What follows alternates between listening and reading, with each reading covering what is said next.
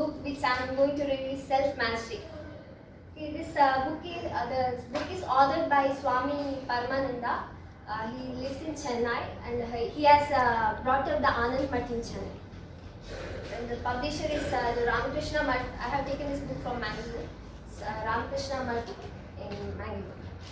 So this book consists of 6 chapters. It's a master of self, man his own friend and foe, in control of body and mind, conquest our lower nature, how to conserve our energy, self-help and self-surrender. So this book consists of 6 chapters. So in the first chapter, the mastery of self. What is mastery of self? It's nothing but self-control, self-discipline. At the beginning of the book itself, there's a quote that there is an instinct of thirst for the happiness in everyone. But once we get that happiness, we should have that ability to keep it with us. We should have that ability to keep that happiness with us and take it throughout our life. Then the next, some of the points are patience, forbearance, forgiveness, discipline. All should be practiced in our life. Through all this, we can get self-control of our body and as well as our mind. Then the book speaks about satisfaction. Our satisfaction level is like, once we are this hierarchical theory, right?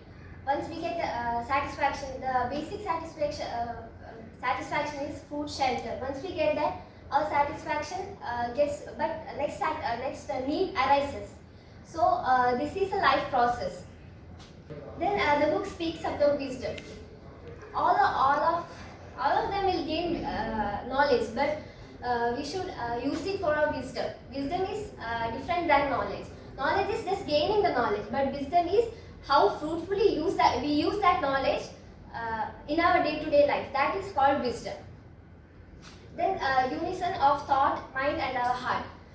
Sometimes when our lecturers are taking classes, our mind may be somewhere and our thought or our body will be in this present. So there should be an unison between our mind, heart and our body. This is the main point depicted in this chapter. Let's go to the next chapter, man, his own friend and foe. So friend in a sense, all know. Foe is one who is not friend. To say foe, you all know, right, what is a foe. So in this chapter it is said that we ourselves are our friend as well as foe. When we will become our friend, we will be our friend when we love ourselves. We should have a self-confidence within us. This is the way we can be our own friend. We should love our body, our mind, our soul. Then when we can be our foe, when we have all this anger, ego, then hatred, all this will lead us to be our own foe. This will really impact on our body, soul as well as our mind. Then self-realization. One should realize ourselves, what you are, what you can do, what you can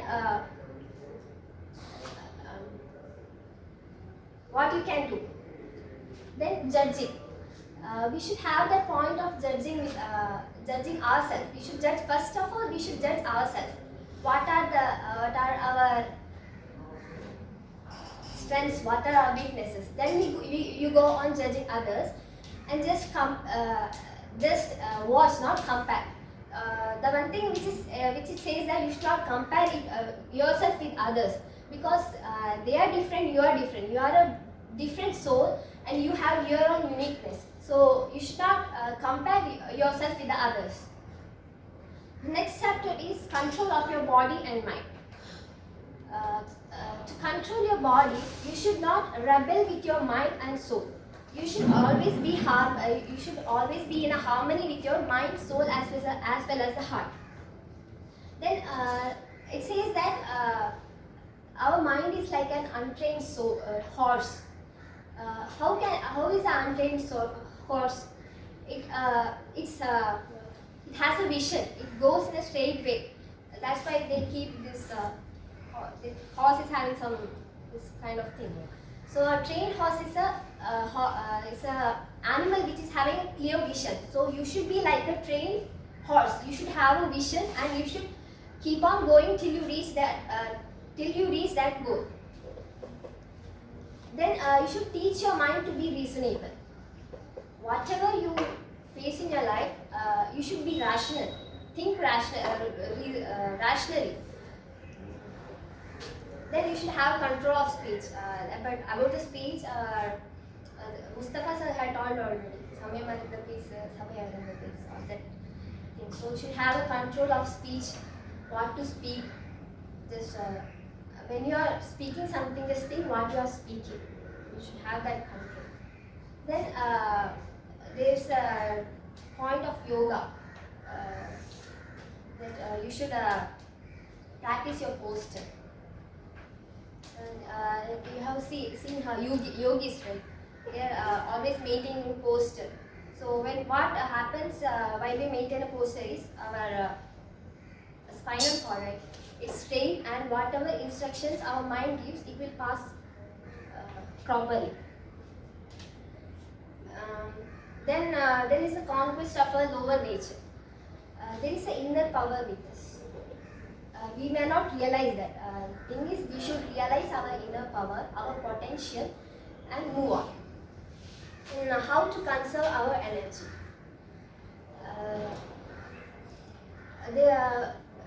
Our inner day-to-day activities, we should have a balance in this. We should not overwork.